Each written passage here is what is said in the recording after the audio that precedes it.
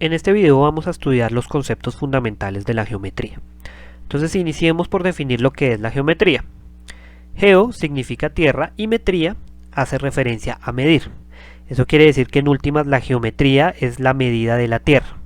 Entonces, ¿qué quiere decir esto? Que la geometría se dedica al estudio de figuras que pueden ser observadas y dibujadas. Entonces fácilmente se pueden encontrar triángulos en la naturaleza, se pueden dibujar triángulos en un papel. Todo este tipo de objetos son el estudio de la geometría. Entonces, algunos de los objetos de estudio de la geometría serán los ángulos, las circunferencias, las rectas, los cuadriláteros, los triángulos, los puntos, entre otras. Ahora bien, tenemos unas definiciones fundamentales en la geometría. La primera de ellas es punto, que estará definido como lo que no tiene partes, simplemente lo que se puede dibujar poniendo la punta del lápiz bien afilada en una hoja. Eso es más o menos lo que definimos por punto, lo dibujamos así. La recta, una extensión sin anchura. Entonces simplemente esto se extiende indefinidamente hacia el infinito, pero no podemos ver que tenga ningún ancho. Ahora bien, un segmento es una parte de una recta, pero ahora ya no se extiende hasta el infinito, sino que está limitada por dos puntos. Y un plano, que sería una extensión con anchura, pero sin profundidad. Entonces, como tener una hoja de papel que tiene ancho y largo, pero no fondo. Entonces, finalmente todos estos conceptos son muy intuitivos, como lo eran para los griegos. Ahora bien, para saber a qué nos estamos refiriendo, entonces simplemente marcamos esas figuras con letras. Entonces podemos decir el punto A, la recta L, el segmento AB o el plano P. Ahora bien, empecemos por definir los ángulos. Entonces, ¿qué son los ángulos? Es un número que mide la abertura entre dos rectas o dos segmentos de recta. Entonces esto es lo que es un ángulo, y efectivamente el ángulo ahí estaría denotado por esa letra φ, que representa qué tan abiertas, qué tan separadas están esas rectas y que tienen un punto en común. Entonces a eso le llamamos el ángulo. Entonces hay dos formas de medir los ángulos y no hay que dejarse confundir por esto. Es simplemente como medir una longitud en metros o en centímetros. Aquí pasa exactamente lo mismo. Tenemos dos formas de medir los ángulos. La primera de ellas son los grados, que van desde 0 hasta 360. 0 cuando la recta está una encima de la otra y 360 cuando le dio toda la vuelta. Entonces efectivamente 0 grados es como tener una sola recta porque están una encima de la otra, no hay ninguna abertura, y 360 es cuando ya le dio toda la vuelta, entonces las rectas vuelven a estar una encima de la otra, pero ya tiene que tener esa circunferencia que nos denota que el ángulo ya dio toda la vuelta completa. Entonces la primera forma de medir son los grados y la segunda son los radianes. Solo que los radianes irán entre 0 radianes y 2 pi radianes. Entonces, ¿qué son 0 radianes? El ángulo totalmente cerrado. ¿Qué es 2 pi radianes? Darle toda la vuelta. Entonces ya podemos ver la equivalencia.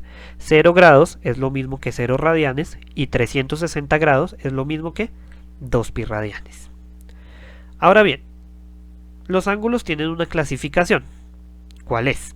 Entonces, si tenemos un ángulo que mide 90 grados, que nosotros llamamos perpendicular, o sea, tenemos un ángulo perpendicular, un ángulo recto, que mide 90 grados, que es lo mismo que pi medios radianes, entonces diremos que tenemos un ángulo recto. Si tenemos un ángulo que mide entre 0 y 90 grados, que es lo mismo que decir entre 0 radianes y pi medios radianes, o sea, entre 0 y 90, diremos que ese ángulo es agudo. Si ese ángulo mide entre 90 y 180, que es lo mismo decir que mide entre pi medios radianes y pi radianes, entonces si mide entre 90 y 180 grados, diremos que ese ángulo es obtuso. Ahora bien, si el ángulo está completamente abierto, completamente plano, que es decir, que mide 180 grados, que es lo mismo que decir que mide pi radianes, diremos que ese ángulo es llano. Ahora bien, si tenemos dos ángulos, alfa y beta, y esos dos al sumar los dos ángulos miden 90, el resultado es 90, entonces diremos que esos ángulos son complementarios. dos ángulos que al sumarlos suman 90 son complementarios. Ahora, si tenemos un alfa y un beta tal que al sumarlos nos da 180, diremos que ese ángulo es suplementario. Ahora bien, tenemos como dos teoremas fundamentales acerca de los ángulos, que nos dice lo siguiente: si tengo dos rectas que se cruzan, entonces el ángulo alfa va a ser igual al ángulo beta y el ángulo delta será igual al ángulo teta, es decir, los ángulos opuestos son iguales. Ahora bien, si tenemos dos paralelas y una recta que las cruza, como en el dibujo, entonces aquí tendremos básicamente algo muy parecido, y es que el ángulo alfa va a ser igual al ángulo beta y el ángulo delta es igual al ángulo teta. Entonces recordemos que estos son teoremas y eso quiere decir que cada vez que se cumpla la condición, siempre vamos a obtener que esos ángulos van a ser iguales.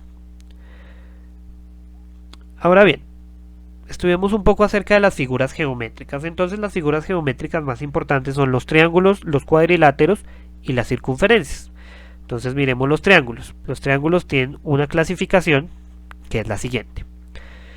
Un triángulo equilátero. ¿Qué es un triángulo equilátero? Un triángulo que tiene todos los lados iguales. Un triángulo isósceles será un triángulo que tiene dos lados iguales y uno desigual. Un triángulo escaleno es que tiene todos los lados diferentes. Un triángulo acutángulo será un triángulo que tiene todos los ángulos agudos. Un triángulo obtusángulo pues será aquel que tiene un ángulo obtuso. Y un triángulo rectángulo será aquel que tiene un ángulo recto. Entonces recordemos aquí que esa clasificación respecto a los ángulos se refiere a los ángulos internos del triángulo, lo que en ese triángulo está denotado por alfa, beta y delta. Ahora bien, tenemos algunos teoremas importantes sobre los triángulos. El teorema más conocido de las matemáticas, el teorema de Pitágoras, me dice lo siguiente: siempre que yo tenga un triángulo rectángulo, la condición es que sea rectángulo, si no es rectángulo el teorema ya no funciona. Entonces siempre que yo tenga un triángulo rectángulo con lados C1 y C2, ¿por qué C1 y C2? Porque a eso se le llama el cateto 1, que es lo mismo que decir el lado 1, y el cateto 2, que es lo mismo que decir el lado 2, y una hipotenusa. ¿Qué es la hipotenusa? El lado más largo del triángulo que siempre se opone al ángulo de 90 grados. Entonces siempre que tenemos esa condición vamos a tener que la hipotenusa al cuadrado va a ser igual al cateto 1 al cuadrado más el cateto 2 al cuadrado. Ese es el teorema de Pitágoras. Ahora tenemos el teorema de los ángulos internos. Y esto sí no importa cuál es el triángulo. Cualquier triángulo, no importa cuál sea, cualquier triángulo, los ángulos internos de cualquier triángulo siempre van a sumar 180. Siempre. Ahora, el teorema de Tales que me dice que si yo trazo una paralela a uno de los lados del triángulo, entonces voy a tener mi triángulo grande que tiene lados A, B y C, y un triángulo pequeño que en este caso va a tener lados D, E y F. Entonces lo que me dice el teorema de Tales o teorema de proporción es que A sobre F, observemos que A y F están en el mismo lado, entonces A sobre F va a ser igual a B sobre D, que también están al mismo lado, igual a C sobre E, que también están al mismo lado. Ahora bien, miremos los cuadriláteros. Entonces tenemos un cuadrilátero regular, que es el que tiene todos los lados iguales, como un cuadro, y un cuadrilátero irregular, donde los lados no son iguales. Por ejemplo, un rectángulo. Un rectángulo tiene dos lados iguales y otros dos iguales, pero entre ellos no son iguales. Entonces ya podemos decir que eso es un cuadrilátero irregular.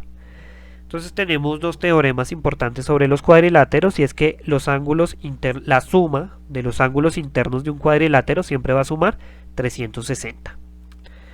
Y si tengo un cuadrilátero, en este caso es un cuadro o un rectángulo, y trazo sus diagonales, entonces podemos decir que si L1 es igual a L3, y esos son los lados del rectángulo en este caso, si L1 es igual a L3 y L2 es igual a L4, entonces las diagonales son iguales, esas dos líneas son iguales, miden lo mismo y se cortan en el punto medio. Ahora bien, por último tenemos las circunferencias, que realmente hay que decir que las circunferencias todas son exactamente iguales. Lo único que las diferencias son el radio, pero todas son simétricas, siempre son exactamente iguales. Entonces, ¿qué es el radio? La distancia entre el centro y la línea que limita la figura. Y tenemos para definir también el diámetro, que será la distancia entre un punto y su opuesto, pero esa distancia tiene que pasar por el centro. Entonces ahí diremos que el diámetro es 2 veces el radio. Siempre vamos a tener esa fórmula. Diámetro igual a 2 veces el radio. Ahora bien, para terminar, recordemos un poco lo que es el perímetro, el área y el volumen. El perímetro es cuánto mide la línea que limita la figura. Eso es el perímetro. ¿Cuánto mide la línea que limita la figura? ¿Qué es el área? Que si yo tengo un plano y pongo una figura en ese plano, entonces ¿qué cantidad de plano ocupa esa figura? Y el volumen es similar, pero con el espacio. Entonces, ¿qué es el volumen? La cantidad de espacio que ocupa una figura. Entonces, ¿qué tenemos? El perímetro. Entonces tenemos, por ejemplo, el perímetro de la circunferencia, que será igual a 2pi por r. Entonces recordemos que ese r es el radio, 2pi son constantes, 2 es un número, pi es un número, entonces multiplique 2 por pi y luego multiplíquelo por el radio y va a obtener la longitud de la línea que limita la figura. Ahora bien, el cuadrilátero pues será la suma de sus 4 lados y la del triángulo será la suma de sus 3 lados.